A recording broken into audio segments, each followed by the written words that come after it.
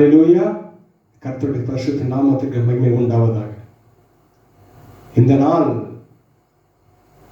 உலகம் முழுவதும் நம் ஆண்டவராக இயேசு கிறிஸ்து இந்த நாளிலே மரித்தார் என்றும், நம்முடைய பாவங்களுக்காக அவர் மரித்தார் என்றும், நம்முடைய அக்கிரம நிமித்தம் அவர் நொறுக்கப்பட்டார் என்றும், அவர் சிலுவையிலே தம்மை ஒப்பு கொடுத்தார். இந்த நாளிலே நாம் புனித வெள்ளிக்கிழமையாக குட் ஃப்ரைடே நாம் ஆசரித்து கொண்டு உலகம் எங்கும் அவருக்கு துதிகளும் ஆராதனைகளும் செலுத்தப்பட்டு வருகின்றன. ஒன்றை மாத்திரம் நான் சொல்லிக்கொள்ள ஆசைப்படுகிறேன். என் ஆண்டவர் அவர் வெள்ளிக்கிழமை மரிக்கவில்லை. என் ஆண்டவர், மீண்டும் சொல்கிறேன், அவர் ஆண்டவர், நம் தேவனாகிய கர்த்தராகிய ஆண்டவர் இயேசு கிறிஸ்து அவர் வெள்ளிக்கிழமையிலே மரிக்கவில்லை. அவர் மரித்த தினம் அந்த பஸ்கா பண்டிகையினுடைய ஆயத்த நாளிலே. வசனம் தெளிவாக மத்தேயு, மார்க்கு, லூக்கா, யோவான் எழுதப்பட்டிருக்கிறது. அந்த நாள் பஸ்கா பண்டிகையினுடைய ஆயத்த நாள் என்று. அதாவது பழைய ஏற்பாட்டிலே எகிப்திலே இஸ்ரவேல் ஜனங்கள் 430 வருஷம் அடிமைத்தனத்திலிருந்து வெளியே வந்த அந்த ஆண்டிலே அவர் சொல்கிறார், இந்த மாதம் உங்களுக்கு பிரதான மாதம் என்று, இது வருஷத்தின் முதலாம் மாதம் இருப்பதாக என்று யாத்திராகமம் 12வது அதிகாரத்தில் அவர் இப்படியாக சொல்லுகின்றார். அங்கே 2வது மாதம் மன்னா பொழிகின்றது.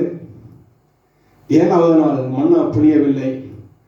அதை வைத்து நாம் ஒரு கேலண்டரை உருவாக்கினோம். அப்படி உருவாக்கின பிறகு பார்த்தால் எகிப்திலே பஸ்கா ஆட்டுக்குட்டியாக, பஸ்கா பலியாக அடிக்கப்பட்ட அந்த ஆட்டுக்குட்டி என்றைக்கு அடிக்கப்பட்டது என்றால் வாரத்தின் நடுவில் இருக்கிற புதன்கிழமை. நீங்க அந்த கேலண்டரை வைத்து பார்த்தா உங்களுக்கு தெரியும். ஆபீப் மாதம் 14ஆம் தேதி எகிப்திலே இஸ்ரவேல் ஜனங்கள் பஸ்கா ஆட்டுக்குட்டி அடித்த அந்த தினம் ஆபீப் மாதம் 14ஆம் தேதி புதன்கிழமை.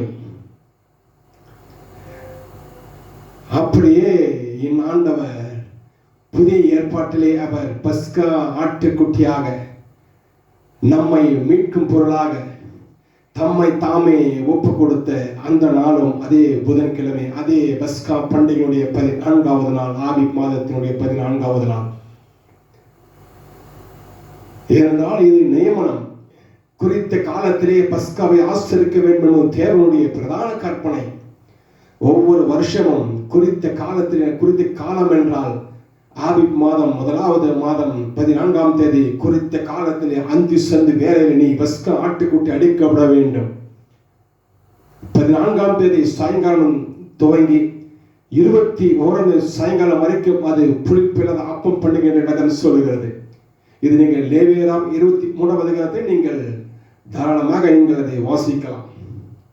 அதாவது பஸ்கா பண்டிகை நியமம் என்னவென்றால், 1வது ஆபீப் மாதம் 14ஆம் தேதி நீ பஸ்கா ஆட்டுக்குட்டி அடிக்க வேண்டும். அது பஸ்கா பண்டிகை. 14ஆம் தேதி சாயங்காலம் தொடங்கி 21ஆம் தேதி சாயங்காலம் வரைக்கும் 7 நாள் அளவும் அது புளிப்பில்லாத அப்பம் பண்டிகை.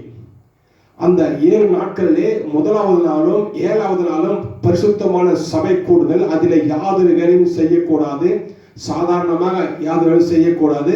அந்தந்த நாளுக்கு தக்க அளவு மாத்திரம் நீங்கள் சமைத்துக் கொள்ளலாம் என்பது இது நித்திய கட்டளை. அதாவது 1வது நாளும் 7வது நாளும் ஓய்வு நாள். பஸ்கா பண்டிகைக்கு, பஸ்கா பண்டிகை அடுத்து வருகிறத புளிப்பில்லாத அப்பம் பண்டிகையோட 7 நாட்களிலே 1வது நாளும் கடைசி நாளும் அது ஓய்வு நாள். அதைத்தான் நீங்க புதிய ஏற்பாட்டிலே நாம் பார்க்கிறோம். அந்த நாள் ஓய்வு நாள் இருந்தது என்றும், ஒரு சுவிசேஷத்தில் அந்த நாள் பெரிய ஓய்வு நாள் என்றும் எழுதப்பட்டிருக்கிறது. இன்னும் அதிகாரத்திலே அந்த நாள் பஸ்காவின் ஆயத்த நாள் எழுதப்பட்டிருக்கிறது. நீங்கள் தீர விசாரித்து நீங்கள் ஏற்றுக்கொள்வீர்களானால் சத்தியத்தை உங்கள் கண்களுக்கு யாரும் மறைக்க முடியாது.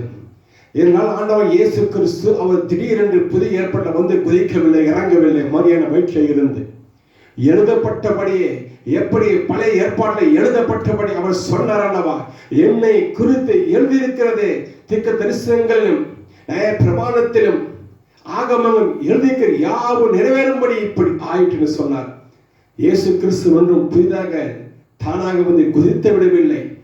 அவரை குறித்து எழுதப்பட்ட வண்ணமாக அவர் இறங்கி வந்தார். மனித ரூபம் எடுத்தார், மனுஷ சாயலானார், மாம்சமும் ரத்தமாக மாறினார். எதற்காக? ஆட்டுக்குட்டியாக பலியிடப்பட, உங்களையும் என்னையும் மீட்டெடுக்க ரத்தம் சிந்தி. பாவத்தின் சம்பளம் மரணம் என்று வேதம் சொல்லுகிறது.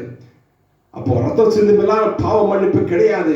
நமக்காக ஆட்டுக்குட்டி ரத்தம் நம்மை மீட்க முடியாது. ஏனென்றால் இன்றைக்கு பாவம் செய்யறோம், போய் ஆட்டுக்குட்டி பலி செலுத்துறோம், மறுபடியும் பாவம் செய்யறோம், மறுபடியும் பலி செலுத்துறோம். அதனால ஆட்டுக்குட்டி ரத்தம் நம்மை மீட்டெடுக்க வல்லமை உள்ள இல்லை, ரத்தம் இல்லை. அதனால்தான் பழுதட்ட ஆட்டுக்குட்டியாக, வெஸ்க ஆட்டுக்குட்டியாக என் தேவன் இறங்கி வந்தார். உங்களும் என்னை மீட்ட ஒரே தரம் அவர் பலியிடப்பட்டதனால் இன்றைக்கு நீங்கள் நானும் பாவம் செய்வோமானால் அதுக்காக நாம் பலி செலுத்த தேவையில்லை, காணிக்கை செலுத்த தேவையில்லை. முழங்கால் படியிடன் தன் பாவத்தை மறைக்கிறவன் வாழ்வடைய மாட்டான். அதை அறிக்கை செய்து விட்டு இறக்கம் பெருநாட்டு வேதம் சொல்லுகிறது. முழங்கால் படியிட்டு ஆண்டவரே மன்னியும் என்று சொன்னாங்க. ஆண்டவர் மன்னிப்பார். ஆமென். அதுதான் புதிய ஏற்பாடு எழுதப்பட்டு இருக்கிறது. அந்த நாள் பஸ்காவுக்கு ஆயத்த நாள் என்றும், ஒரு சுவிசேஷத்திலே அது பெரிய ஓய்வு நாள் என்றும், இன்னொரு இடத்திலே அது ஓய்வு நாளுக்கு முந்தின ஆயத்த எழுதப்பட்டு இருக்கிறது. ஒன்றை மாத்திரம் அறிந்து கொள்ளுங்கள், இயேசு கிறிஸ்து தானாக வரவில்லை, அவர் ஏதோ சுயமாக வரவில்லை.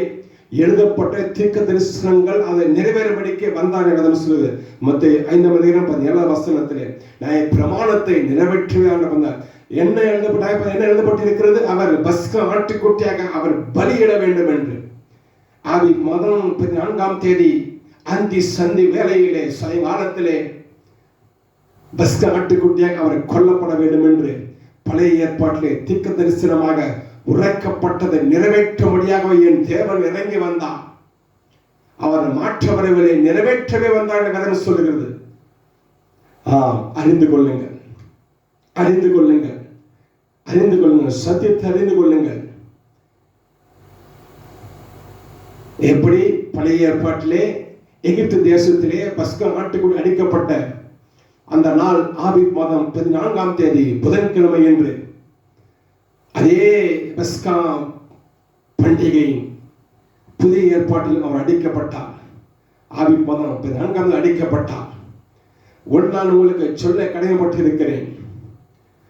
ஒருவேளை இந்த உலகம் சொல்லுகிற பிரகாரமாக அவர் வெள்ளிக்கிழமையே அவர் அடிக்கப்பட்டிருந்தாலும், ஆனால் ஒவ்வொரு வருஷமும் வெள்ளிக்கிழமை வெள்ளிக்கிழமை ஒவ்வொரு வருஷமும் வராது. ஏனால் இஸ்ரவேல் கேலண்டர் ஒரு வருஷத்துக்கு 354 நாட்கள். நாம் இந்தியாவிற்கு 365 நாட்கள், 4 வருஷத்துக்கு ஒரு முறை லீப். அப்படி நீங்கள் கணக்கு கம்பேரிசன் பண்ணி பார்த்தாலும் கூட டேட் மாறும், கிழமை மாறும், எல்லாம் மாறி மாறி தானே வரும். நீங்க சோதித்து பாருங்க, சோதித்து பாருங்க. ஆண்டவர் அங்கே கிழமையை சொல்லவில்லை. யாத்திராகமத்திலே அவர் கிழமை சொல்லவில்லை. லேவியராகமம் 23, யாத்திராகமம் 12 அங்கே கிழமை சொல்லவில்லை. அங்கே சொல்லப்பட்டது தேதி. அங்கே சொல்லப்பட்டது தேதி ஆபீப் மாதம் 14ஆம் தேதி. நீ கவனித்து அந்தி சந்தி வேலை நீ பஸ்கா நீ அடிக்க வேண்டும், ஆட்டுக்குட்டி அடிக்க வேண்டும், இது நித்திய கட்டளை என்று பழைய ஏற்பாட்டிலே உரைக்கப்பட்டிருக்கிறது. உரைக்கப்பட்ட தீர்க்கதரிசனத்துக்கு விரோதமாக யாரும் மாற்றவோ அதை தூக்கி போடவோ அழிக்கவோ செய்யக்கூடாதல்லவா? தேவன் நமக்கு ஈவாக கொடுத்த ரட்சிப்பை நாம் காத்துக்கொள்ள வேண்டும். பொய் மேலே பொய் சொல்லி சொல்லி சொல்லி சொல்லி ஒரு காலத்தில் இன்னும் இப்படியே வந்தா கிறிஸ்துவே பொய் என்று ஆகிவிடும். ஒரு சாதாரண மனுஷனோட கேள்வி கேட்கிறோம், அது எப்படி சார் உங்களுக்கு வெள்ளிக்கிழமை வருஷம் வரும், எப்படி சார் வரும்னு கேட்கிறோம். ஹல்லேலூயா. நீங்க அறிந்து கொள்ள வேண்டும், அறிந்து கொள்ள வேண்டும், அறிந்து கொள்ள வேண்டும். ஒருவேளை நீங்கள் வெள்ளிக்கிழமை நீங்கள் ஆசரித்தாலும் நீங்கள் அறிக்கை செய்து விடுங்க. ஏனென்றால் அதற்கு நான் உடன்பட்டவர்கள் அல்ல. ஆண்டவரே, சபை போதகர் சபை இப்படியாக ஆசிரிக்கிறார்கள், நான் சபைக்கு கட்டுப்பட்டு போறேன், ஆனால் என் உள்ளத்தில் நான் ஏற்றுக்கொள்கிறேன், இன்றைக்கு நடிக்கப்படவில்லை என்று. அதை மாத்திரம் என்னால் சொல்ல முடியும். நான் விசுவாசிக்கிறேன் என்று சொல்லி நீங்கள் அறிக்கை செய்தால் அந்த சபையின் கட்டுப்பாடுகளுக்கு நீங்கள் உடன்பட்டவர்கள் அல்ல. சபை சொல்லலாம், போதகர் சொல்லலாம், ஹல்லேலூயா, உலகம் சொல்லலாம், ஆனால் சத்திய வேதம் மாறாதது. இயேசு கிறிஸ்து நேற்று இன்றும் என்றும் அவர் மாறாத தெய்வமாக இருக்கிறப்ப நான் அவரை ஸ்தோத்திரிக்கிறேன். ஆம், வேதத்தை ஆராய்ந்து பாருங்கள். வேதத்திலே ஜோடி வசனம் ஒன்றும் இல்லாமல் போகாது வேதம் சொல்லுகிறது.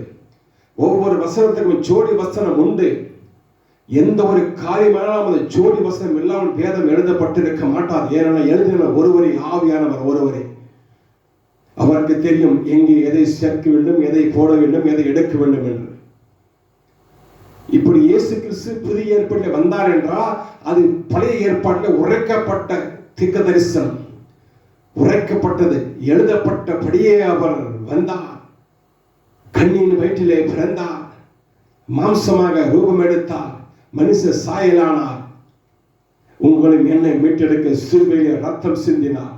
அந்த குற்றமற்ற மாசற்ற வெளியேறப்பட்ட பரிசுத்த ரத்தத்தை சிந்தின இன்றைக்கு நீங்கள் நானும் ரட்சிக்கப்பட்டு அப்பா பிதாவை என்ன கூப்பிடுகிற புத்திரி ஆவையை நமக்கு அவர் தந்தளிக்கிறார்.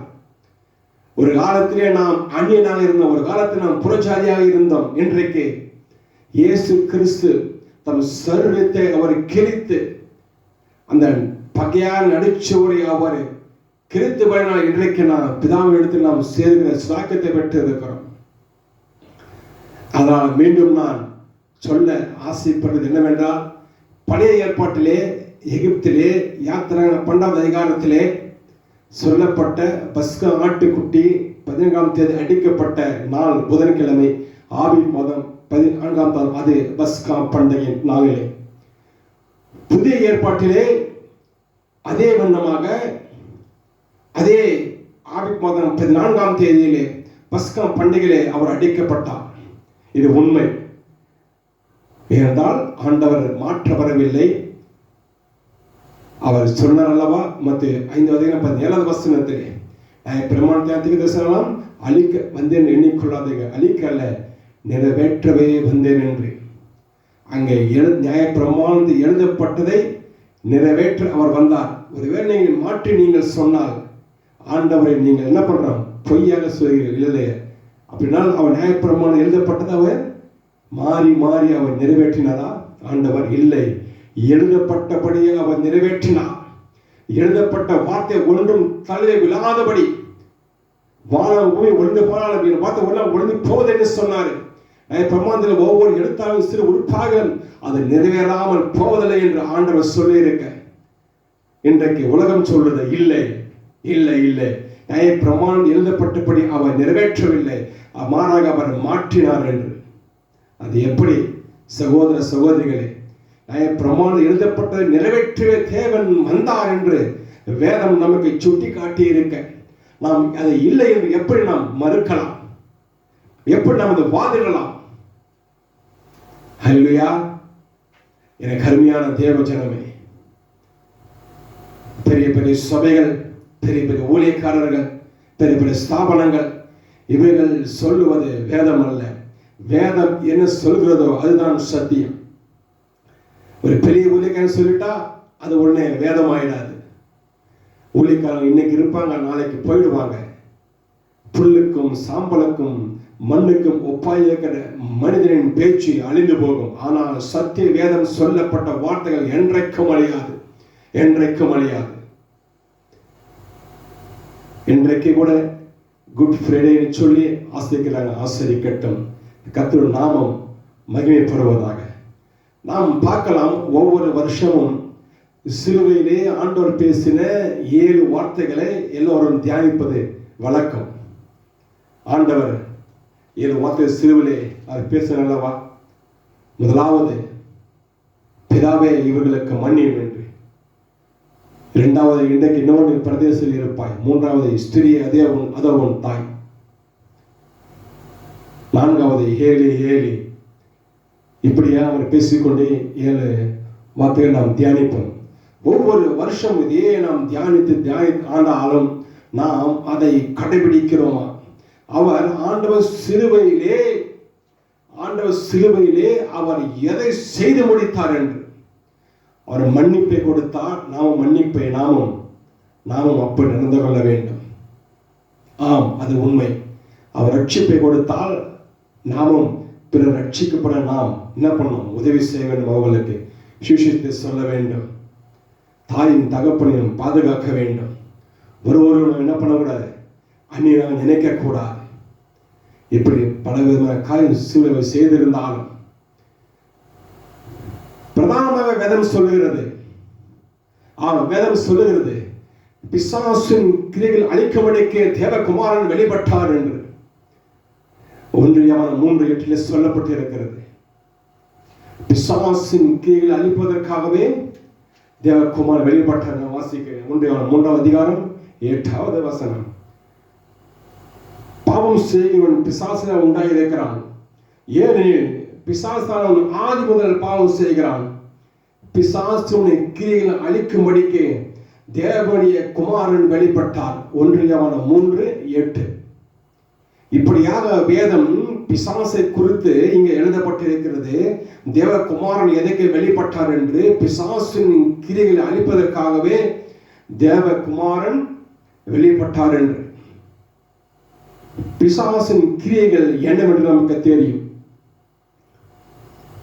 ஆதியாகமத்திலே 3ஆம் அதிகாரத்திலே தேவன் ஆதாம் ஏவாளை உண்டாக்கின பின்பு அவருக்கு சில கட்டளையை கொடுக்கிறார். இதை சாப்பிட வேண்டாம், இதை சாப்பிடக்கூடாது என்று.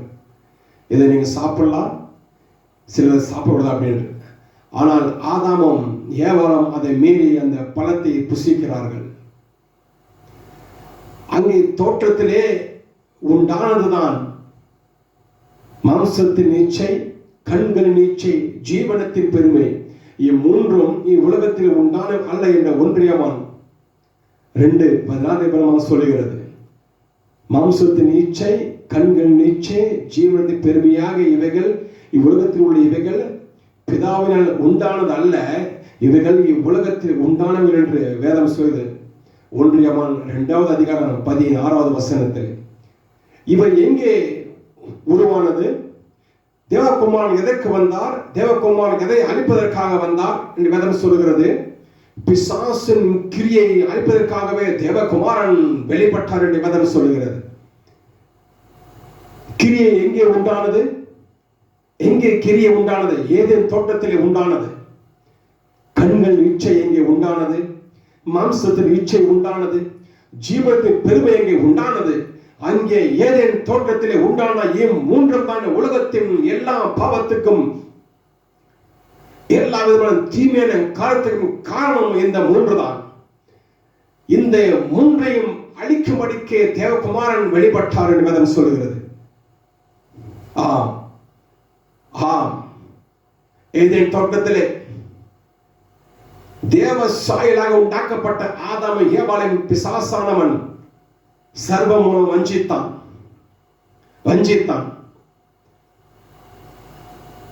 ஏவாள் சர்வத்தோடு சயனித்தால், விபசாரம் செய்தால். நீங்க நினைக்கிற மாதிரி சர்வம் என்னது? ஊர்வன அல்ல, அது ஒரு மிருகம் என்று வேதம் சொல்லுகிறது. சர்ப்பம் இந்த சர்ப்பம் அல்ல, அந்த சர்ப்பம் என்பது அது ஒரு மிருகம். மனுஷனை போல பேசுகின்ற ஒரு மிருகம். பிசாசால ஒரு மிருகத்தை பேச வைக்க முடியாது, ஆனால் ஆண்டவரால பேச வைக்க முடியும். எப்படி ஆண்டவர் கழுதின் வாயை திறந்து பெரியான மதிகேட்டை தடுத்ததோ, ஆனால் ஒரு பிசாசானவன் தேவனுடைய சிருஷ்டிப்பிலே அவன் மாற்றம் செய்ய முடியாது. கொஞ்சம் யோசிக்கிறேன். நீங்க சர்வை எப்படி பேசணும் யாராவது நீங்க கேட்டிருக்கீங்களா? நீங்க சொல்லுவீங்க பிசாசு வந்து பேச இல்லை. பிசாசு ஒரு புதிதாக அவனால் உருவாக்குவதற்கு அவனுக்கு திராணி இல்லை. அவன் திருடன் கொள்ளைக்காரன். அவன் திருடவும் கொல்லவும் அழிக்கவும் என்று அவனால் ஒன்றும் உருவாக்க முடியாது. அவனுக்கு உருவாக்குகிற தன்மை இல்லை. அது சர்ப்பம். யாராவது நீங்க சிந்தித்து பார்த்தீங்கன்னா சர்ப்பம் எப்படி பேசுது? அப்படியே அழிச்சுட்டு போற வாக்கல பிசாசு வந்து பேச. பிசாசு எப்படி ஒரு சர்ப்பத்தை பேச வைக்க முடியும் சொல்லுங்க? ஒரு பேச முடியாத ஒரு சர்ப்பத்தை, ஒரு விலங்கினத்தை எப்படி பிசாசான பேச வைக்க முடியும்? ஏதாவது கேட்டிருக்கீங்களா? சிந்தித்து பார்த்துருக்கிறீங்களா? இல்லை இல்லை. தேவன் உண்டாக்கும் பொழுது அந்த சர்ப்பமானது ஆதாமுக்கும் ஏவாளுக்கும் துணையாக உண்டு பண்ணப்பட்டது. பேசக்கூடிய வகையிலே ரொம்ப ஸ்மார்ட்டான சர்ப்பம் அது. இப்ப ஏவாளை கெடுக்க வேண்டும் என்றால் ஹல்லேலூயா, அவன் வேறு எந்த அவனால் தேர்ந்தெடுக்க முடியும். ஏனென்றால் இந்த சர்ப்பம் என்பது ஒரு மிருகம் என்று சொல்லப்பட்டிருக்கிறது. அது ஊர்வன வகை சார்ந்தது அல்ல, அது ஒரு மிருகம். சபிக்கப்பட்ட பின்புதான் அது ஊர்வன வகையாக மாறி போனது. அது முன்பதாக அது பேசக்கூடியது, கால்களினாலே நடக்கக்கூடியது. புரிஞ்சு கொள்ளுங்க, அங்க சொல்லப்பட்ட சர்ப்பம் என்பது பேசக்கூடிய மிருகம், அது கால்களினாலே நடக்கின்ற மிருகம். அதனால்தான் பிசாசானவன் மனிதனுக்கு ஏற்றபடி அந்த மிருகத்தை அவன் வஞ்சித்து ஏவாளோடு அவன் சயனித்தான், ஏவாளை விபசாரம் செய்தான். அதிலே உண்டானவன் காயின், பொல்லாங்கனால் உண்டான காயினை போய் இருக்க வேண்டாம் என்று வேதம் சொல்லுகிறது. அங்கே ஏதேன் தோட்டத்திலே உண்டான இந்த மூன்று கிரியைகள் என்ன சொல்லுங்க பார்க்கலாம். ஒன்றாவது கண்கள் நிச்சை, முதலாவது மாம்சத்தின் இச்சை, கண்கள் நிச்சை, ஜீவனத்தின் பெருமை. மூன்றும் எங்கே உண்டானது? இந்த உலகத்தில் உண்டானது. இந்த உலகத்திலே ஏதேன் தோட்டத்திலே உண்டானது. வசனம் என்ன சொல்லுது? ஆதியாகமம் 3:6 சொல்லுகிறது, அப்பொழுது ஸ்திரியானவள் அந்த விருட்சம் புசிப்புக்கு நல்லதும், அதாவது புசிப்புக்கு நல்லது, ஒரு மாம்ச இச்சை புசிப்புக்கு நல்லது, பார்வைக்கு இன்பமும், கண்கள் இச்சை, புத்தியை தெளிவிப்பதற்கு இச்சிக்கப்பட தக்க விருட்சமாக இருந்தது என்று கண்டு. அதே புத்தியை தெளிவிக்கதான். எப்படின்னா, நீங்கள் சாப்பிட்டால் நீங்கள் தேவனை போய் இருப்ப பெருமை, நீங்க அதை சாப்பிட்டாலே உங்கள் கண்கள் திறக்கப்படும் என்றும் நீங்கள் தேவனை போல் இருப்பினும் அந்த பிசாசு, அந்த சர்ப்பம் சொல்லுது. இது ஜீவனத்தின் பெருமை, நாம் தேவனை போல் இருக்கலாம், வாழலாம் என்று. மூன்றும் எங்கே உருவானது? ஏதேன் தோட்டத்திலே பிசாசான கொண்டு வந்த இந்த 3 கிரிகள் அழிக்கும்படிக்கே தேவகுமாரனாக இயேசு கிறிஸ்து இந்த உலகத்திலே வந்தார். இந்த 3 கிரியான உலகத்தில் இருப்பதற்கு பெரும்பான்மையான குற்றங்களுக்கு காரணம். இன்றைக்கு எங்க பார்த்தாலும் விபசாரம், வேசித்தனம், கற்பழிப்பு, எங்க பார்த்தாலும் இந்த பிரதானமா இருப்பது விபசாரம், வேசித்தனம், கற்பழிப்பு. எங்க பார்த்தாலும் எல்லா இடத்திலேயும்.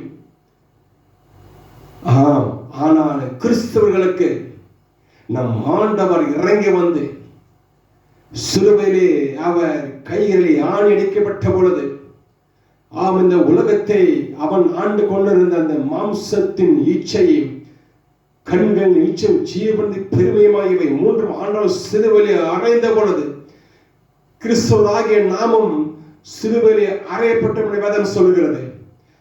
அவரோடு கூட நாம் சிலுவையிலே அறையப்பட்டோம்.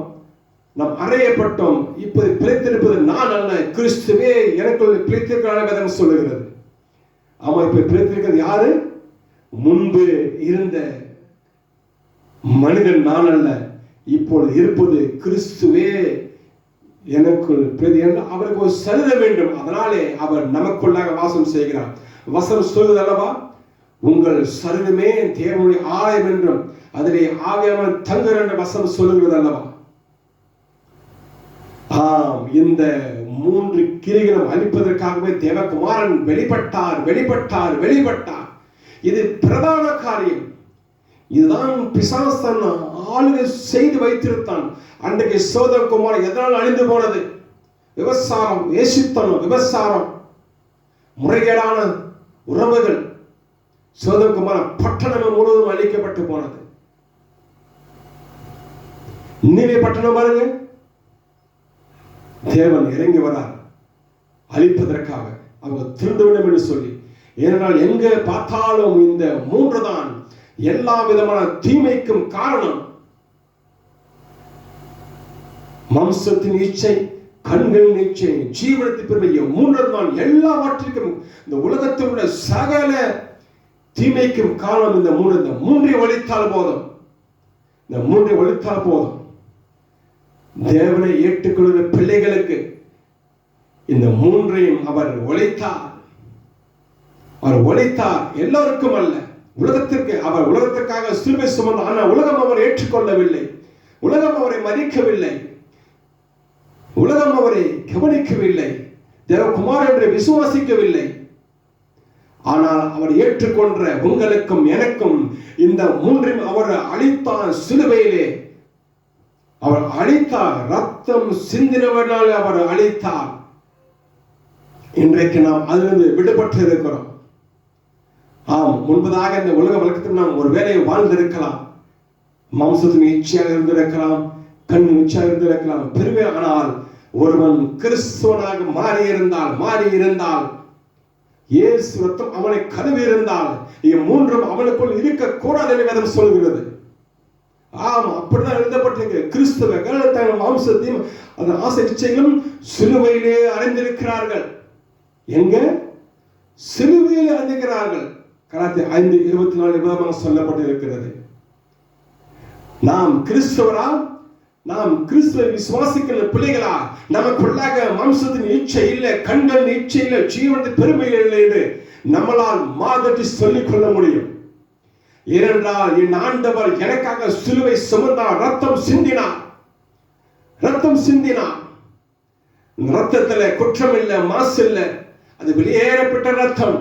அது பாவத்தினால் பிறந்த ரத்தம் அல்ல, தாயின் தகப்பனும் சேர்ந்து பிறந்த ரத்தம் இயேசுவின் ரத்தம் அல்ல, பரிசுத்த ஆவியாலே உண்டாக்கப்பட்டு பரிசுத்தமுள்ள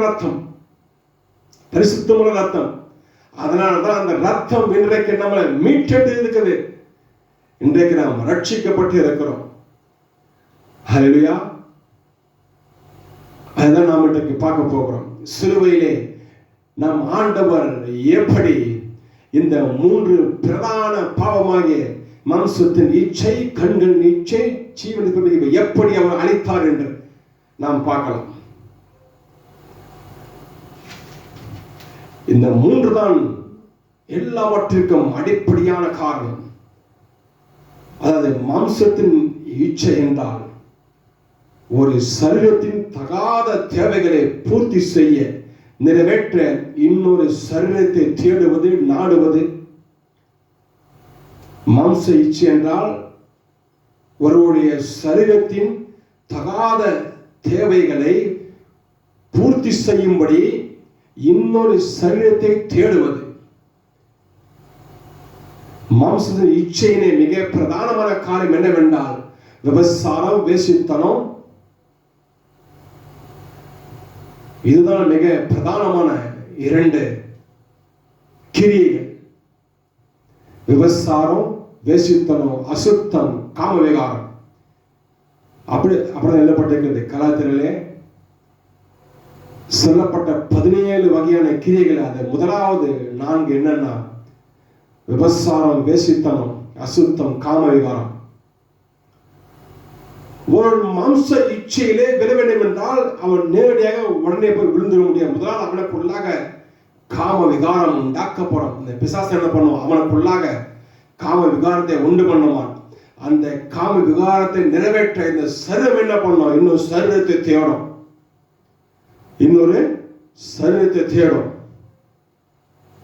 திருமணம் ஆகாதவன் இருந்தால் வேசித்தனத்துக்காக தேடுவான். ஹல்லேலூயா. திருமணம் ஆனவர்கள் என்ன பண்ணுவாங்க? தன் மனைவியை தேடுவார்கள். ஆனா ஒன்றை நான் சொல்லிக்கொள்ள ஆசைப்படுகிறேன். நாம் எல்லாரும் ஒரே ஒரு மனைவியோட வாழ்வதன் மூலமாக நாம் பரிசுத்தமாக வாழ்கிறோம் என்று எண்ணிக்கொள்ளாதீங்க. இல்லை இல்லை இல்லை. வசனம் சொல்கிறது, மனைவி உள்ளவன் மனைவி இல்லாதவன் போல வாழ வேண்டும். எப்படி? மனைவி இருக்கா, ஆனா நீ எப்படி வாழ வேண்டுமா? மனைவி இல்லாத போல நீ வாழ வேண்டும் என்று வேதம் சொல்லுகிறது, ஆலோசனையாக சொல்லுகிறது. ஏன்னா காலம் பொல்லாத இருக்கிறபடினாலே நாம் நம்மை காத்துக்கொள்ள வேண்டும். நம்முடைய ஆண்டவர் அவர் பரிசுத்தம் சொல்கிறோம் அல்லவா, வசனம் சொல்லப்பட்டிருக்கிறது, நான் பரிசுத்தராக இருக்கிறது போல நீங்கள் பரிசுத்தமாக இருங்கள் என்று. ஹல்லேலூயா. சரி, போகட்டும். இதிலே இந்த விபச்சாரம் தான் மிக கொடியது, பலம் வாய்ந்தது. இந்த உலகத்திலே எப்படி நமக்கு ஆவியான பலன் நமக்கு மிகவும் வல்லமையாக காணப்படுகிறதோ, இந்த உலகத்திற்கு பாவத்தின் வல்லமை விபச்சாரம் தான் மிக பலமாக காணப்படுகிறது. ஒரு காலத்தில் நாமும் அப்படித்தான் இருந்தோம். மாம்ச இச்சைகளை நிறைவேற்றி நாம் வாழ்ந்து கொண்டிருந்தோம். ஆனால் என்றைக்கு நாம் பரிசுத்த ஆவியானவரை நாம் பெற்றுக்கொண்டோமோ அவர் உதவியோடு இன்றைக்கு நாம் நிற்கிறோம், நான் கிறிஸ்தவன் என்று. கிறிஸ்தவன், எந்த ஒரு கிறிஸ்தவனும் தன் மாம்சத்தின் ஆசை இச்சைகளும் சிலுவையிலே அறைந்து இருக்கிறார்கள். அறைந்து விடுவார்கள் அல்ல, அறைந்து இருக்கிறார்கள். அது முடிந்தாகிவிட்டது. என்றைக்கு இயேசு கிறிஸ்து சிலுவையிலே அறையப்பட்டார், அன்றைக்கு நீங்கள் நானும் சிலுவையிலே அறையப்பட்டோம். நம்முடைய மாம்ச இச்சைகள் சிலுவையிலே அறையப்பட்டாயிற்று. நாம் ஜெயமெடுத்து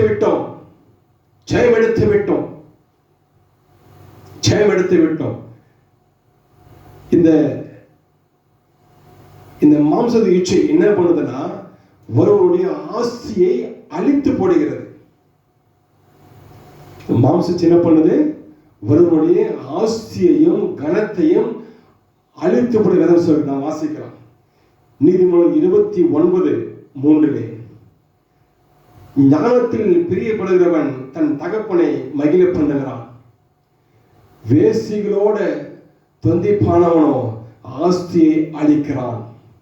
அப்போ ஒருவன் விபச்சாரத்திலே அவன் செயல்படுவனாக இருந்தால் அவன் என்ன பண்றான்? அவன் ஆஸ்தியை அழிக்கிறான். அவன் ஆஸ்தி எல்லாம் கரைந்து போய் இன்றைக்கு பார்க்கலாம்.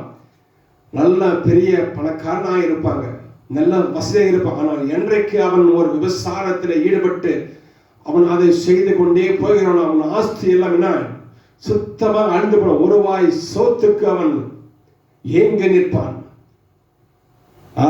ஒரு வாய் சோத்துக்கு அவன், ஒரு வாய் சாப்பாட்டுக்கு அவன் ஏங்கி நிற்பான்.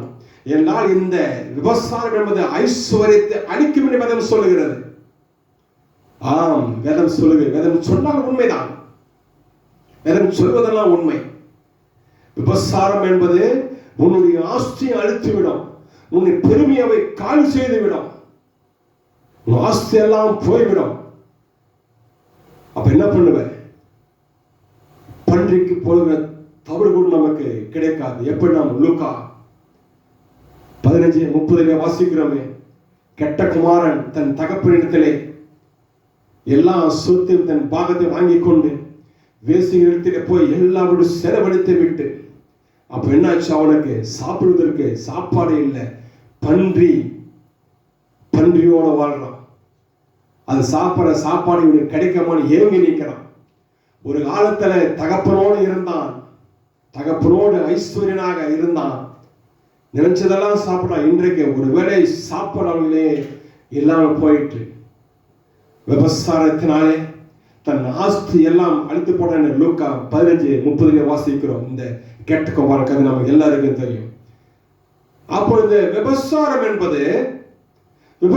என்பது நம்முடைய ஆஸ்தி அது அழிக்கத்தக்கதாக இருக்கிறது. கஷ்டப்பட்டு சேர்ப்போம், கஷ்டப்பட்டு நாம் சம்பாதியம் எல்லாம் வேசியின் மடியிலே கொட்டோமானால் ஆஸ்தி ஒன்றும் நிற்காது. ஒரே ₹1 கூட நிற்காது. கடைசியில் ஒருவேளை சாப்பாட்டுக்கு ஏங்கி நிற்போம். இதைத்தான் அவன் செய்து கொண்டான் பிசாசானவன். ஆதியிலே ஏதேன் தோட்டத்திலே உண்டாக்கப்பட்ட இந்த 3 கிரிகளை 4000 வருஷமாக அவன் செய்து கொண்டே வந்தான். விபச்சாரம், அங்கே பார்த்தால் விபச்சாரம், அக்கிரமத்தின் காரியங்கள். பிசாசானவன் மனிதன் ஆளுகை செய்தான். ஏனென்றால் மனிதன் பாவம் செய்த பயனாலே ஆண்டவர் அவனுக்கு பிசாசுக்கு ஒப்பு கொடுத்து விட்டார். மனுஷனை நீ மண்ணை தின்பாய் என்று. மண்ணுன்றது யாரு? மனுஷன். பிசாசு காண சொல்றாரு, நீ உயிரோடு இருக்கிற நாளெல்லாம் நீ மண்ணை தின்பாய். பிசாசின் உயிரோடு தான் இருக்கிறான். அவனுக்கு அழிவு இப்போது இல்லை, இப்போது இல்லை. வெளிப்பது விசேஷம் 1000 வருஷம் அரசாட்சிக்கு பின்புதான் அவன் அக்னி கடலில் தள்ளப்படுறான். அது வரைக்கும் அவன் உயிரோடு தான் இருப்பான். அது சொல்லலவா, நீ உயிரோடு இருக்கிற நாளெல்லாம் மண்ணை தின்பாய். மண்ணாகிய மனிதன் சரீரத்தை அவன் என்ன பண்றான்? சாப்பிடுறான். அவனுக்கு தேவையெல்லாம் விபசாரம் வேசித்தான். அதை செய்யறான் செய்யறான் செய்யறான் செய்து கொண்டே இருந்தான். 4000 வருஷமாக அவன் செய்து கொண்டே இருந்தான். பரலோகம் பார்த்து கொண்டே இருந்து என்றைக்கு தம் குமாரனை அனுப்பலாம், என்றைக்கு நாம் இதில் ஒரு விடுதலை. மனுஷகுலம் கதறுகிறது, ரட்சிக்க ஒருவரும் இல்லையா? மனுஷகுலம் எல்லாம் கதறுது, எல்லா சமயமும் கதறுது, ரட்சிக்க யாரும் இல்லையா, ஒருவர் வேண்டும் என்று. ஆம், அப்பொழுதுதான் ஸ்திரீகளுக்குள்ளே பிறந்த ஒரு நியாயப்பிரமாண கீழ்ப்பட்டமாகிய குமாரன் இயேசு கிறிஸ்து தேவனை உலகத்திற்கு அனுப்பி தன் ஊழியத்தை நிறைவேற்றி முடித்துவிட்டு சிலுவையிலே அவர் கைகளிலே ஆணி அடிக்கப்பட்ட பொழுது பாவத்துக்கு அடையாளமாக இருந்த அந்த ஆணி மீது பரிசுத்த ரத்தம் என்றைக்கு விழுந்ததோ அன்றைக்கு நாம் விருத்தில கிரியை செய்கிற பிசாசின் கிரியைக மாம்ச இச்சை அது கழுவி போட்டது. இன்றைக்கு நீங்கள் நானும் யார்? நீதிமான் என்று வேதம் சொல்லுகிறது. இன்றைக்கு நாம் பாவிகள் அல்ல, நீதிமான் வேதம் சொல்லுகிறது. ஆம், இன்றைக்கு அவருடைய ரத்தம் 1:7 சொல்லப்பட்ட பிரகாரமாக இயேசு கிறிஸ்து ரத்தம் சகல பாவத்தை நீக்கி நம்மை சுத்திகரிக்கும் என்று எழுதப்பட்டபடியே இன்றைக்கு நாம் சுத்திகரிக்கப்பட்டு நாம் பாவியல்ல, இன்றைக்கு நாம் நீதிமான்களாக காணப்படுகிறோம். ஹல்லேலூயா. ஆம், அப்போ என்ன பண்ணுது? இந்த விபசாரம் என்பது என்ன செய்யுதுன்னா, நம்ம ஆஸ்தியையும் கனத்தையும் அழித்து போடுகிறது. இதுக்குமே சொல்லப்பட்ட பிரகாரமாக இரும்பு என்பது அது பரிசுத்தமானது, அது பாவத்துக்கு அடையாளமாக இங்கே குறிப்பிட்டு நீங்க பார்க்கலாம். பழைய ஏற்பாட்டிலே ஆசரிப்பு கூடாரம் அதில் உள்ள எல்லா பொருட்களையும் செய்வதற்கு ஆண்டவர் மோசேயிடம் சொல்லுகிறார். அதிலே எந்த ஒரு பொருளும் இரும்பினால் செய்யப்படவில்லை. நான் சிறுவற்றை நான் வாசிக்கிறேன். முதலாவதாக யாத்திராகமம் 36ஆம் அதிகாரத்தில் நம்ம அதை பார்க்கலாம். முதலாவது உடன்படிக்கை பெட்டி, அது சித்தி மரத்தால் செய்யப்பட்டு பொன் தகட்டால் மூடப்பட்டது. இது யாத்திராகமம் 37ஆம் அதிகாரம் 2வது வசனத்தில். யாத்திராகமம் 37:6 கிருபாசனம், இதுவும் பசு பொன்னால் செய்யப்பட்டது. மேஜை சித்தி மரத்தால் செய்யப்பட்டு பொன் தகட்டால் மூடப்பட்டது. மேஜையில் இருக்கும் கிண்ணங்கள் எல்லாம் பொன்னினாலே செய்யப்பட்டது. குத்து விளக்கு, இதுவும் பசு பொன்னால் செய்யப்பட்டது. குத்து விளக்கு அந்த 7 அகல்களும் பசு பொன்னால் செய்யப்பட்டது. தூப பீடம், அதுவும் சித்தி மரத்தினாலே, பிறகு அவையெல்லாம் பொன் தகட்டால் மூடப்படும். இப்படி எல்லாமே பொன் தகடு. அடுத்து பாருங்க, தகன பீடம் சித்தி மரம் செய்து அதை வெண்கலத்தாலே மூடப்பட்டது. சாம்பல் பெட்டி, அதை எடுக்கும் கரண்டி, கிண்ணம், சட்டி, இவை எல்லாம் எப்படி செய்யப்பட்டது? வெண்கலத்தால் செய்யப்பட்டது. தூண்களிலே இருக்கிறதான கொக்கி வெள்ளி என்று வேதம் சொல்கிறது. யாத்திரா 38:11 அந்த நிக்கிற தூண்கள் அதில் செய்யப்பட்ட கொக்கி எல்லாம் வெள்ளி. இதில் பார்த்தீங்கன்னா ஆசரிப்பு கூடாரம் செய்யப்படுவதற்கு அது உள்ள எல்லா பொருட்களும் செய்வதற்கு எந்த ஒரு இடத்திலையும் இரும்பானது உபயோகப்படுத்தவில்லை. அது பரிசுத்தம் இல்லை என்று வேதம் நமக்கு சுட்டி காட்டுகிறது. பொன்னால் செய்திருக்காங்க,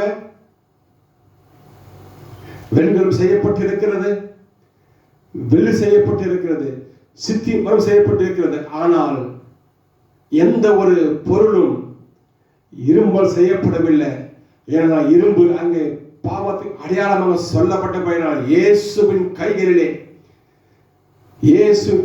அந்த இரும்பாகிய பாவம் அடிக்கப்பட்ட பொழுது இயேசுவின் சரீரத்திலிருந்து வெளியே பாய்ந்து ஓடி வந்த ரத்தம் அந்த ஆணியை கதவும் பொழுது அந்த பாவத்தை கழுவும் பொழுது மாம்சத்தின் இச்சையை அவர் கழுவினார்.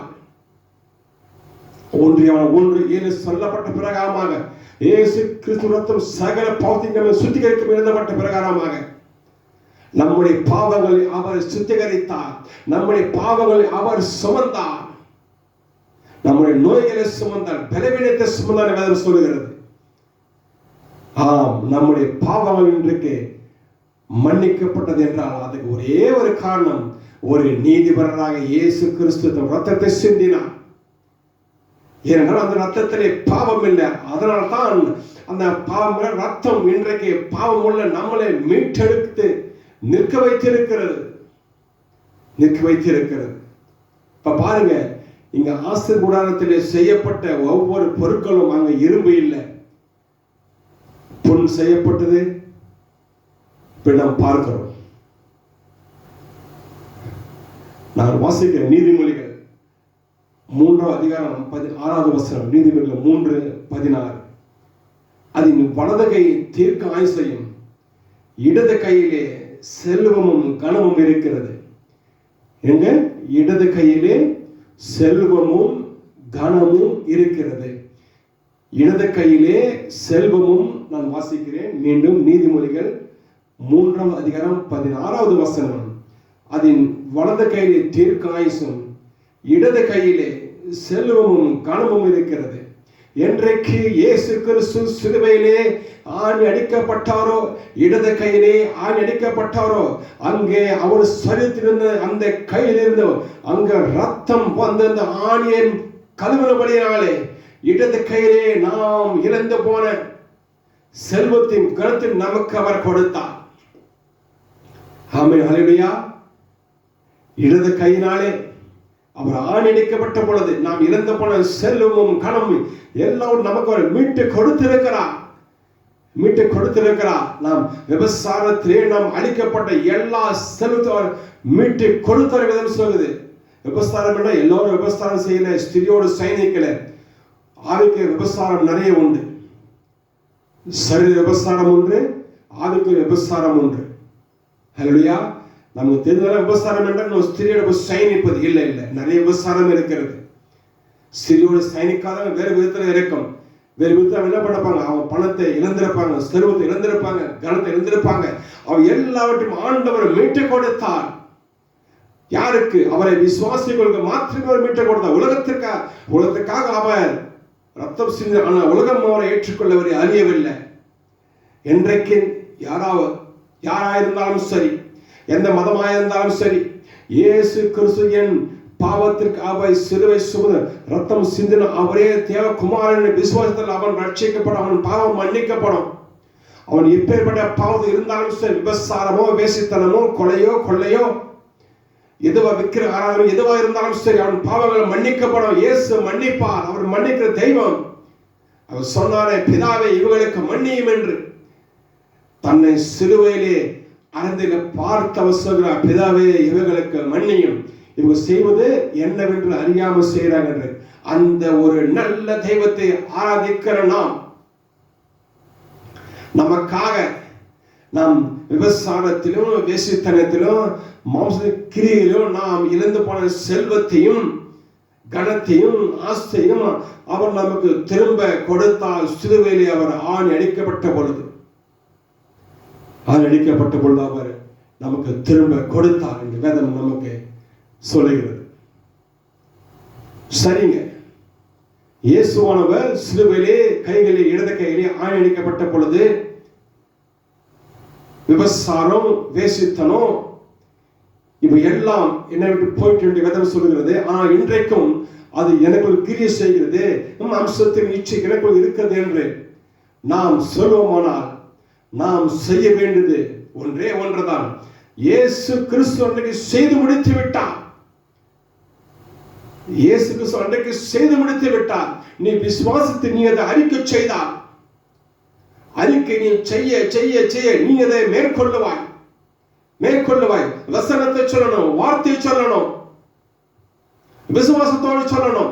இயேசு எனக்காக செய்து முடித்தார் விசுவாசத்தோடு நாம் சொல்வோமானால் மாம்சத்தை நம்ம மேற்கொள்ள முடியாது, கன்விக்ஷன் மேற்கொள்ள முடியாது. ஒன்று நமக்கு அடிமைப்பட்டவர்கள் அல்ல அல்ல. நாம் உலகத்தை ஜெயமெடுத்தவை, உலகத்தை உபத்திரம் உண்டு, நான் உலகத்தை ஜெயித்தேன் என்று ஆண்டவர் சொல்லி இருக்கிறார் அல்லவா? நாம் அவருடைய பிள்ளைகள், நம்மால் ஜெயமெடுக்க முடியும், ஜெயமெடுக்க முடியும். எப்படி ஆண்டவர் மத்திய 4வது அதிகாரத்தை பிசாசான் அவர் சோதிப்பதை கொண்டு போன மறந்து கொண்டு போய் இந்த கல்லுகள் அப்பமாகும்படி செய்யும் என்று சொன்ன பொழுது ஆண்டவர் சொன்னார், மனிதன் அப்பத்தான மாத்திரமல்ல பிசாசு, தேவன் வாய்ப்பட்ட ஒவ்வொரு வார்த்தையும் பிழைப்பான எழுதி இருக்கிறது. மீண்டும் என்ன பண்றான்? பரிசுத்தத்தை கொண்டு போறான், தேவாலய உப்பிரிமை நிற்க வைத்து தாள குதியும் என்றான். ஏன்னா தூதர்கள் உன்னை குதி கற்றுக் கொடுப்பான்னு சொல்றாரு. என்ன சொல்றாரு? எழுதப்பட்டு இருக்கிறது, கர்த்தரை பரீட்சை பார்த்து என்று எழுதப்பட்டிருக்கிறதே. பிசாசு அவனுக்கு தெரியாதா? மறுபடியும் என்ன பண்றான்? உயர்ந்த மலையை கூட்டிக் கொண்டு போய் உலகத்தை எல்லாவற்றையும் காட்டுறான். நீ என்னை தாழ விழுந்து பிடிந்து கொண்டால் எல்லாம் உங்க தர சொல்றார். எழுதப்பட்டிருக்கிறதே பிசாசு, உன் தேவனக்கத்தை ஒருவரை படிந்து கொண்டு அவர் ஆராதனை செய்வார் எழுதப்பட்டிருக்கிறது உங்களுக்கு தெரியாதா? இயேசு எப்படி பிசாசை ஜெயித்தார், இயேசு எப்படி உலகத்தை ஜெயித்தார், இயேசு எப்படி மாம்சத்தை ஜெயித்தார். வார்த்தையை சொன்னார் சொல்லிக் கொண்டே இருந்தார். பிசாசுக்கு சொல்றார், எழுதி இருக்கிறதே பிசாசு, பிசாசு எழுதி இருக்கிறதே, இப்படி எழுதி இருக்கிறதே, எழுதப்பட விரோதமாக உனக்கு கிரியை செய்ய முடியாது. அப்ப நாம என்ன பண்ணணும்? நம்மை குறித்து வேதத்தில் எழுதப்பட நாம் சொல்லுவோமானால், அறிக்கை செய்வோமானால் நாமும் அதை மேற்கொள்ளலாம். மாம்சத்தில் இச்சை வருகிறதா? வசனத்தை சொல்லுங்க. உங்களை குறித்து எழுதப்பட வசனத்தை சொல்லுங்க. இச்சை அடங்கி போகும். மாம்ச இச்சை கிரியை செய்யாது, கிரியை செய்யாது. வசனத்தை மிஞ்சின ஒன்றும் கிடையாது. ஏன்னா வசனத்தில் ஜீவன் உண்டு, வசனத்தில் வல்லமை உண்டு, வசனம் கிரியை செய்யும். நம்முடைய ஆண்டவர் வசனம் ஒன்றும் அது வெறுமனே திருமண வேதம் சொல்கிறது, அது தான் விரும்பின காரியத்தை செய்து முடிக்கும். வசனம் சொன்னா அந்த வசனத்தில் உள்ள வல்லமை உள்ள கிரியைகள் செய்து முடிக்கும், செய்து முடிக்கும்.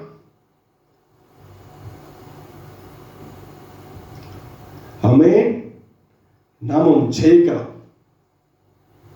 இப்ப பாருங்க, இயேசு கிறிஸ்து சிலுவையிலே தொங்கிக் கொண்டிருக்கிறார். தேவகுமாரன் தொங்கிக் கொண்டிருக்கிறார். வானத்துக்கு கீழே பூமிக்கு மேலே சிலுவையிலே தொங்கிக் கொண்டிருக்கிறார். கைகளில் ஆணிக்கப்பட்டவராய், காலில் ஆணிக்கப்பட்ட சிரசு முன் சுட்டப்பட்ட சரீரம் எல்லாம் பிக்கப்பட்டு இருக்கிறது. கிட்டத்தட்ட 360 இடத்திலே அவர் சரீரம் எல்லாம் பிக்கப்பட்டது. ஏறக்குறைய 360 இடத்திலே சதைகளெல்லாம் பீக்கப்பட்டது. ஒரு நிலத்தை எப்படி ஒரு உழவன் உழுவானோ அதே போல அவர் சரீரம் எல்லாம் பீக்கப்பட்ட ரத்தம் ஓடிக்கொண்டிருக்கிறது. எல்லா ரத்தமும் வெளியே வருது, எல்லா ரத்தமும் வெளியே வருது. அவர் தொங்கிக் கொண்டிருக்கிறார். ஏனென்றால் பாவத்தின் சம்பளம் மரணம். உலகத்தின் பாவம் அவ்வளவு ஒரு கொடியதா இருந்தபடினாலே எல்லா ரத்தமும் சிந்தப்பட வேண்டியதா இருக்கிறது. கொஞ்சம் கூட அவர் இருக்கக்கூடாது. ஏனென்றால் எத்தனையோ கோடி சனங்கள், எத்தனை கோடி சனங்கள் எவ்வளவு பாவம் உலகத்திலே நடந்திருக்கிறோம். எவ்வளவு பாவம், எவ்வளவு விபசாரம், எவ்வளவு வேசித்தனம், எவ்வளவு கொலை, கொள்ளைகள், பொய், திருடு, அக்கிரமம், துரோகம், பொல்லாப்பு, எல்லாவற்றையும் இப்போ எங்க இருக்கு? இயேசுவின் சரீரத்தில் விழுந்தபடினாலே அதுக்கு ஏற்றபடி சரீரத்தில் எல்லாம் பீக்கப்பட்டு ரத்தம் சிந்தி கொண்டிருக்கிறது. ரத்தம் ஒரு நீருற்றை போல பீத்து கொண்டு அடிந்து கொண்டிருக்கிறது. ஏன்னா உலகத்தின் பாவம் அவ்வளவு பெரியது, அவ்வளவு கொடியது. எத்தனை கோடி விபசாரம் இப்ப எங்க இருக்கு? இயேசுமே விபசாரம் இருக்கு, இயேசு கிறிஸ்துவிலே வேசித்தனம் இருக்கு, அது மேல பொய் இருக்கு, களவு இருக்கு, அது மேல விற்கிறார். எல்லா விதமான பாவத்தையும் இன்றைக்கு அவர் சுமந்து கொண்டு சிலுவிலே அவர் தங்கிக் கொண்டிருக்கிறார். அவர் எப்படி ஜெயித்தார்? இன்றைக்கு பாருங்க, ஒரு குடிக்கிற மனிதன் என்ன செய்வான்? நான் இன்னை குடிக்க மாட்டேன் என்ன பண்ணுவான்? பொருத்தனை பண்ணுவான்.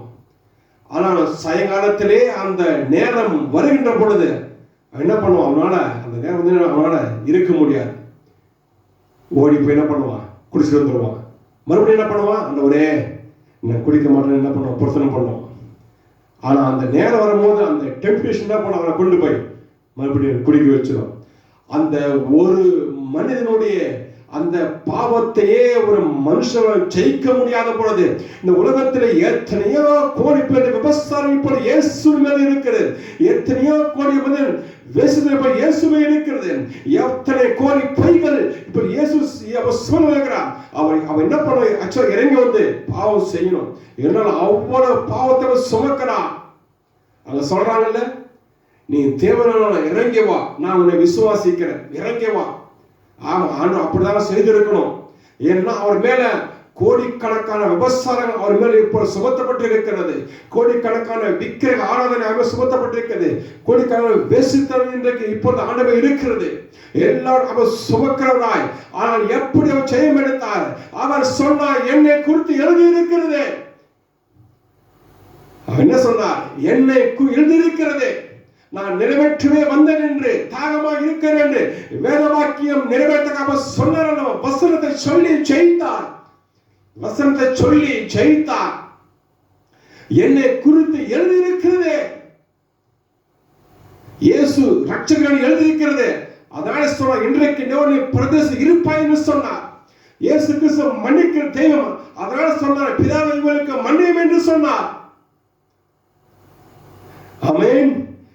அவர் என்னை குறித்து எழுதியிருக்கிறது, தீர்க்க தரிசனத்திலும் சங்கீதங்களும் ஆகமங்களும் என்னை குறித்து எழுதியிருக்கிறது நிறைவேறும்படி நான் இப்படி சொன்னேன் சொல்லி வசனத்தை சொல்லி இந்த உலகத்தின் விபச்சாரத்தை ஜெயித்தான், இந்த உலகத்தின் வேசித்தனத்தை ஜெயித்தான், இந்த உலகத்தின் எல்லா பாவத்தையும் அவன் ஜெயம் எடுத்தார். வசனத்தை சொன்னார். தம்மை குறித்து எழுதப்பட்ட வசனம் எல்லாவற்றையும் சொல்லி சொல்லி சொல்லி சொல்லி அவர் ஜெயம் எடுத்தார். அவர் ஜெயமெடுத்தார்.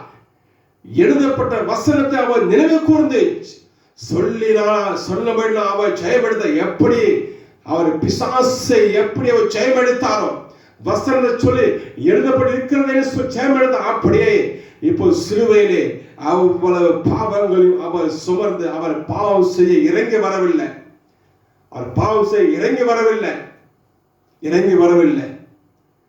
மாறாக அந்த பாவத்தை ஜெயிக்க ஏதேன் தோட்டத்திலே உண்டான கண்கள் இச்சை, ஜீவனத்தின் பெருமை, மாம்சத்தின் இச்சை இவைகளை அழிக்கும்படிக்கு தேவகுமாரன் இன்றைக்கு சிலுவையில் தொங்கிக் கொண்டிருக்கிறார். எப்படி அவர் ஜெயமெடுத்தார்? வசனத்தை சொன்னார், வார்த்தையை சொன்னார். தம்மை குறித்து எழுதப்பட்ட வசனத்தை சொல்லி சொல்லி சொல்லி இந்த உலகத்தின் ஜெயித்தார். மாம்சத்தின் இச்சையை ஜெயித்தார், கண்கள் இச்சை ஜெயித்தார், ஜீவனத்தின் பெருமையை ஜெயித்தார். ஜெயமெடுத்தார். ஹல்லேலூயா. இன்றைக்கு நாம் என்ன செய்து கொண்டிருக்கிறோம்? நாம் என்ன செய்கிறோம்? நமக்கு மோகம் தான் என்ன செய்யறோம்? மோகம் வந்தால் நமக்கு இருக்கிறாங்க, ஏற்கனவே நமக்கு கொடுக்கப்பட்ட மனைவி இருக்கிறாங்க. போய் என்ன பண்றோம்? போய் அவரோடு சேர்ந்து கொள்கிறோம், மனைவியோட சேர்ந்து கொள்கிறோம். மோகம் வந்தால் உடனே மனைவி சேர்ந்து கொள்கிறோம். ஜெயம் எடுக்க நாம் ஆசைப்படுவதில்லை. பரிசுத்தமாய் மாறுவதை நாம் ஆசைப்படுவதில்லை. நம் ஆண்டவர் பரிசுத்தர். சிந்திக்க வேண்டும், யோசிக்க வேண்டும். உங்க மனைவிதான், மாற்றம் மனைவி அல்ல, உங்க மனைவிதான். ஏதேன் தோட்டத்தில் உண்டான கண்கண்ட மாம்சத்தின் இச்சையை ஆண்டவர் ஜெயித்தபடியால் நீங்களும் ஜெயிக்க வேண்டும். நீங்களும் சொல்லணும். என்ன சொல்லணும்? நீங்களும் சொல்லணும். மாம்சத்தின் இச்சை வருதா? நீங்களும் எப்படி இயேசு கிறிஸ்து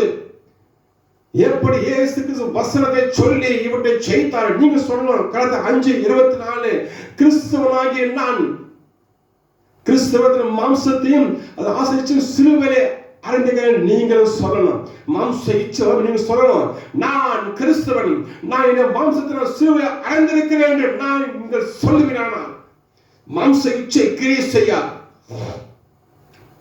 செஞ்சு பாருங்க. சரீரத்திலே மோகம் உண்டாவதா? இச்சைகளால் மோகம் உண்டாவதா? கண்களை மூடுங்க, வசனத்தை சொல்லுங்க. நான் கிறிஸ்துவ, என்னை குறித்து எழுதியிருக்கிறேன். கடந்த 5:24 கிறிஸ்துவாகிய நான் என் மாம்சத்தில் சொல்ல எழுதியிருக்கிறதே என்று சொல்லி சொல்லுங்க. கலாத்தியர் 5:24, யோவான் 1 அதிகாரம் 8வது வசனம்.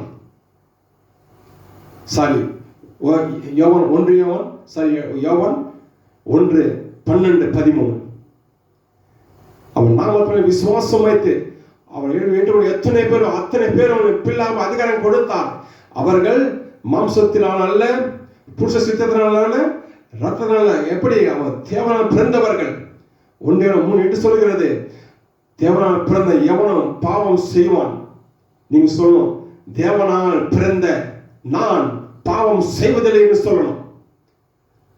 தேவனால் பிறந்த நான் பாவம் செய்ய மாட்டேன் வசனம் சொல்றது அல்லவா? 1:3-9 சொல்லப்பட்டு இருக்கிறது. தேவனால் பிறந்த எவனும் பாவம் செய்வான். ஏனெனில் அவனுடைய வித்து, அதாவது இயேசு கிறிஸ்துவின் வித்து அவனுக்குள் தரித்திருக்கிறது. நான் தேவனால் பிறந்தபடினாலே நான் பாவம் செய்ய மாட்டேன் என்று வசனம் சொல்லுங்க. கலாத்தியர் 5:24, 1 யோவான் 3:9, யோவான் 1:12-13. இந்த 4 வசனங்களை சொல்லுங்க பார்க்கலாம். சொல்லுங்க. மாம்சத்தின் இச்சை வரும்பொழுது மோகம் வரும்பொழுது சொல்லுங்க. கலாத்தியர் 5:24 சொல்லுங்க. 3:8-9 சொல்லுங்க. நான் தேவனால் பிறந்தவன், நான் பாவம் செய்ய மாட்டேன். வசனத்தை சொல்ல சொல்ல சொல்ல சொல்ல மாம்சத்தின் கிரியை அழிக்கப்பட்டு போகும். ஏனால் தேவனுடைய வார்த்தை வல்லமை உள்ளது. நீங்க சோதித்து பாருங்க. இச்சை வருதா? கண்களை மூடுங்க, இந்த வசனத்தை சொல்லுங்க. சொல்லிக்கொண்டே இருப்பாங்க. இச்சை ஓடி போக. ஏனென்றால் இச்சையை கொண்டு வந்தது பிசாசானவன். அதை அழிக்கும்படிக்கு தேவகுமாரன் வெளிப்பட்டார். வெளிப்பட்டார். மாம்சத்தின் இச்சை, கண்கள் இச்சை, இவை அழிக்கும்படிக்கு தேவகுமார் வெளிப்பட்டார் வசனம் சொல்லப்பட்டு இருக்கையில நம் ஆண்டவர் செய்து முடித்து காட்டியிருக்கிறார். இடது கையிலே ஆணி கடாவப்பட்ட பொழுது இயேசு ரத்தம் பாவத்துக்கு அடையாளமாக இருந்த அந்த ஆணி மேல் பட்ட பொழுது 1:7 பிரகாரமாக இயேசுக்கு ரத்தம் நம்ம சுத்திகரிக்க எழுதப்பட்ட பிரகாரமாக அவர் சுத்திகரித்தாகி விட்டது. இயேசு கிறிஸ்து என்றைக்கே செய்து முடித்து விட்டார். ஆம், நமக்காக அவர் முன் மாதிரியை வைத்து விட்டு தானே போயிருக்கிறார். உலகத்திலே ஜெயமெடுத்தார், பரிசுத்தமாய் வந்தார். அவரும் ஒரு மனுஷனாக தான் இருந்தார். நம்மை போல மாம்சமும் ரத்தமும் அவருக்கு உண்டு. நம்மை போல உணர்ச்சிகள் எல்லாம் அவருக்கு உண்டு. ஆனால் எப்படி அவர் ஜெயமெடுத்தார்? அவர் சொன்னார், என்னை குறித்து எழுதியிருக்கிறது. இன்றைக்கு நாம் சொல்லுவோம், என்னை குறித்து எழுதியிருக்கிறது. மாம்சத்தின் இச்சையை நீ அதிகாரம் இல்லை உனக்கு. ஏன்னா என்னை குறித்து எழுதியிருக்கிறது. கலாத்தியர் 5:24, 1 யோவான் 3:9. தேவனால் பிறந்திருக்கிற நான் பாவம் செய்ய மாட்டேன். இச்சை ஒரு பாவம்.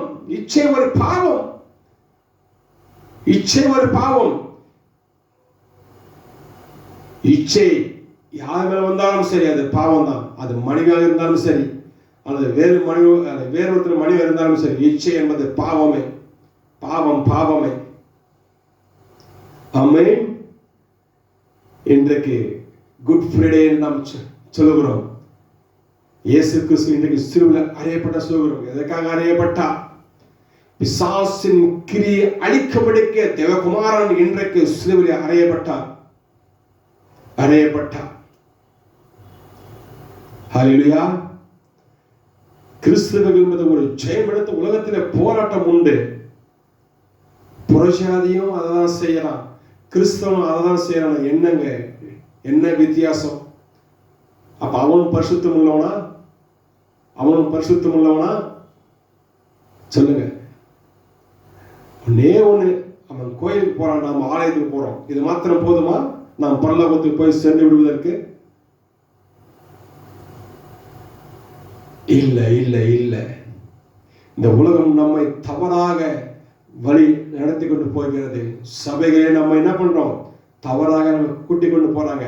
அதை பரிசுத்தம் என்று போதிக்கிறாங்க. இச்சை, கணவன் மனைவி உறவு என்பது அது பரிசுத்தம் என்று போதிக்கப்படுகிறது. அப்படியா? முதலாவது போதகர்கள் திருந்த வேண்டும். போதகர்கள் முதலாவது திருந்த வேண்டும். அவர்கள் திருந்தினாதான் விசுவாசிங்க முயற்சி பண்ணுவாங்க. ஏன்னா விசுவாசியும் மனைவியோட வாழ்றான், போதகரும் மனைவியோட வாழ்றான். என்ன டிஃபரன்ஸ்? உங்களுக்கு ஒரு 4 வார்த்தை பேச தெரியும்னா நீங்க போதகராக இல்லாம இல்லை, ஜெயமெடுத்தவனாய் இருக்க வேண்டும். நீ முதல்ல கிறிஸ்தவனாய் இருக்க வேண்டும். எல்லோரும் சிஷ்யராக மாறும், விசுவாசியா இல்லை. அண்ணன் சொன்னார், உலகம் எங்கும் போய் சுவிசேஷத்தை சொல்லி பிதா குமார பரிசுத்த நாமத்தாலே சிஷ்யராக்கன்னு அவர் கட்டளை கொடுத்தார். விசுவாசி இல்லை. விசுவாசிக்கு சிஷ்யருக்கு நிறைய வித்தியாசம் உண்டு. அல்லையா? இன்றைக்கு நாம் ஜெயமெடுக்க வேண்டும். அதுதான் நம் ஆண்டவர் ஆசைப்படுகிறார். பாவம் செய்யாத ஒருவனும் இல்லை வேதம் சொல்லுகிறது. ஆம், நாம் அதிலிருந்து வெளியே வந்து நாம் தேவனை நாம் அறிந்து கொள்ள வேண்டும். நம்முடைய தேவன் யார் அறிந்து கொள்ள வேண்டும் என்று வேதம் இவ்வளவா நமக்கு கொடுக்கப்பட்டு இருக்கிறது. வேதம் யாருக்கு? நமக்கு தான் கொடுக்கப்பட்டு இருக்கிறது. வேதம் ஒரு மனிதன் திருந்தி வாழ, கர்த்தருக்கு ஏற்ற பிள்ளையாக மாற வேதம் நமக்கு எல்லாம் நமக்கு கொடுக்கப்பட்டு நாம் என்ன பண்ணணும்? தீர வேதத்தை நம்ம ஆராயணும், இங்கும் எங்கும் ஆராயணும். ஒரு வசனத்தை மாத்திரம் பிடித்து கொண்டு நாம் பேசக்கூடாது. ஜோடி வசனம் வேண்டும். ஒரு முக்கியமான சமூகத்துக்கு ஜோடி வசனம் வேண்டும். அது இல்லாமல் ஆணித்தனமாக பேச முடியாது. புதிய ஏற்பாடு என்பது பழைய ஏற்பாட்டுடைய சாயல். புதிய ஏற்பாடு தானாக வந்து விடலை. பழைய ஏற்பாட்டிலே சொல்லப்பட்ட யாவும் நிறைவேறும்படி தேவன் புதிய ஏற்பாடு அதை நிறைவேற்றினார். பழைய ஏற்பாடு சொல்லப்பட்ட பிரகாரம் ஆவிப்பன 4ஆம் தேதி புதன்கிழமை அவர் அந்த பஸ்கா ஆற்றில் அடிக்கப்பட்டது. அப்படியே புதிய ஏற்பாட்டில் பஸ்கா படையில் அவர் அடிக்கப்பட்டார். புதன்கிழமை அடிக்கப்பட்டார்.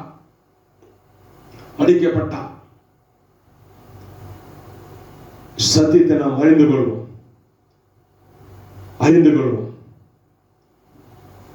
கர்த்தர் நம்மை ஆசீர்வதிப்பாராக. உலகத்தில் போராட்டம் உண்டு, நிச்சயம் போராட்டம். ஒரு கிறிஸ்துவ இருந்தால் போராட்டம் இல்லாத வாழ்க்கை இல்லை. நிறைய போராட்டம் உண்டு. வீட்டில் போராட்டம், வெளியே போராட்டம், வாழாமல் பொருளாதார போராட்டம் நிச்சயமாகவே இருக்கும். ஆனால் நமக்கு இருக்கிற இந்த கொஞ்ச பலத்தில் நாம் விசுவாசத்தோடு நம் தேவனை சார்ந்து கொள்வோமானால் எல்லாம் நமக்கு கீழ்பட்டு இருக்கும். ஆம், சகலமும் நமக்கு கீழ்பட்டு இருக்கும். ஹல்லேலூயா. இந்த இயேசு கிறிஸ்து சிலுவையில் அறையப்படுகிற இந்த நாள் என்று நீங்கள் கருதுகிறபடினாலே தேவன் அதற்குரிய ஆசீர்வாதத்தை உங்களுக்கு கொடுக்கும்படியாக நான் தேவனை ஸ்தோத்திரிக்கிறேன். ஒவ்வொருவருக்கும் தேவையான தேவன் செய்து முடிக்கும்படியாக நான் அவரை வேண்டுகிறேன். கர்த்தாவின் பிள்ளைகளை ஆசீர்வதிப்பீராக. இவ்வளவு நேரம் ஆண்டவரே உங்கள் வார்த்தையில கேட்ட உங்கள் பிள்ளைகளை அதை நிதாமை நிரப்பி சகல ஆசீர்வாதத்தை நிரப்ப வேண்டும்படியாக ஜெபிக்கிறேன். என் கர்த்தாவே உமக்கு ஸ்தோத்திரம். அது நீ ரத்தம் சிந்தினவரே வேலை போகக்கூடாது ஏசப்பா. எல்லோரும் அறிந்து கொள்ள நீங்க கிருபை தாங்க. எல்லோரும் ரட்சிக்கப்பட உதவி செய்யுங்க. இந்த உலகம் முழுவதும் உம்மை ஆராதிக்கணும், உம்மை துதிக்கணும், உம்மை நாமத்தை உயர்த்தணும். உண்மையான தெய்வத்தை அறிந்து கொண்டு பாவத்தை விட்டு அவர்கள் ஓய்ந்திருக்க வேண்டும். எங்கும் இயேசுவின் சத்தம், இயேசுவின் பாடல் எங்கும் துணைக்கப்பட நான் வேண்டுகிறேன் ஏசப்பா. உலகத்தில் வியாதி எல்லாவற்றையும் நீக்கி போடுங்க, வறுமைகளை நீக்கி போடுங்க, நோய்களை நீக்கி போடுங்க. எல்லாவற்றையும் நீங்க செய்து முடிச்சிட்டீங்க. ஆனாலும் கூட இருக்கதான கிரிகளை எல்லாம் நீ நிர்மூலமாக்கி நீ தாமே ஆண்டவரே உங்கள் பிள்ளைகளுக்கு நீ ஜீவனையும் சரி சுகத்தையும் நீர் கொடுக்க வேண்டும்படியாக ஜெபிக்கிறேன். உங்கள் ரத்தம் உன் பிள்ளைகளை கழுவட்டும். உன் ரத்தம் உன் பிள்ளைகளை கழுவி சுத்திகரிக்கட்டும் அப்பா. மீட்பும் ரட்சகருமாகிய இயேசு கிறிஸ்துவின் நாமத்தில் ஜெபிக்கிறேன் நல்ல பிதாவே. ஆமென். கர்த்தர் உங்களை ஆசீர்வதிப்பாராக. ஆமென். ஆமென்.